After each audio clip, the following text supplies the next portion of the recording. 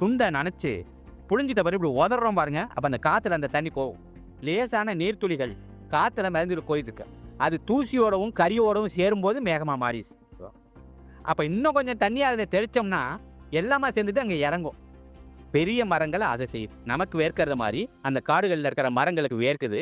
அந்த வேர்வை போய் மேகத்தில் சேரும்போது அந்த பொடி பொடி மிதந்து கொண்டிருந்த நீர்த்துளிகள் கனமாக மாறி அது கீழே இறங்குது. அது பேர் தான் மழைக்கு தரும்.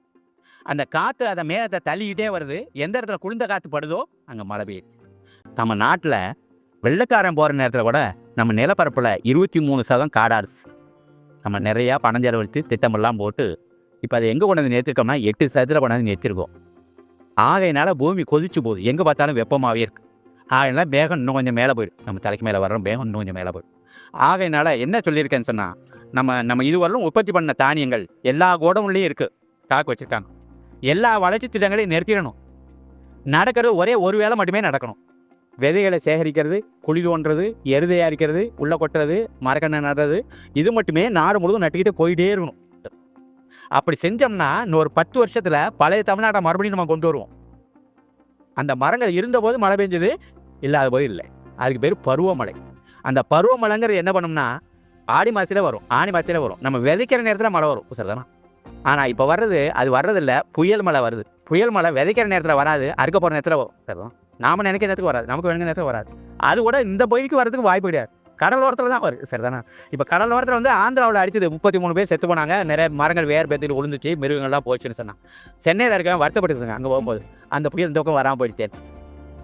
ஏன்னா புயல் வந்தால் தான் இவங்களுக்கு குடிக்க தண்ணியே கிடைக்கும். அந்த கடத்தில் இருக்குது, நாடு முழுவதும் அந்த கடத்தில் இருக்குது. அப்போ சென்னை வந்து கடலுக்கு பக்கத்துக்கு அங்கே பெய்யுது, காஞ்சிபுரம் மாவட்டத்தில் பெய்யுது, நாகப்பட்டினம் மாவட்டத்தில் பெய்யுது, அங்கே புதுக்கோட்டை மாவட்டத்தில் கூட பெய்ஞ்சிருக்கு. இவ்வளவெல்லாம் மேட்டுக்கு வந்து அந்த புயல் மழை வரதுக்குரிய வாய்ப்புகள் நமக்கு ரொம்ப கம்மி. அதனால் பருவமழை நமக்கு ஒன்று தான் வேணும்.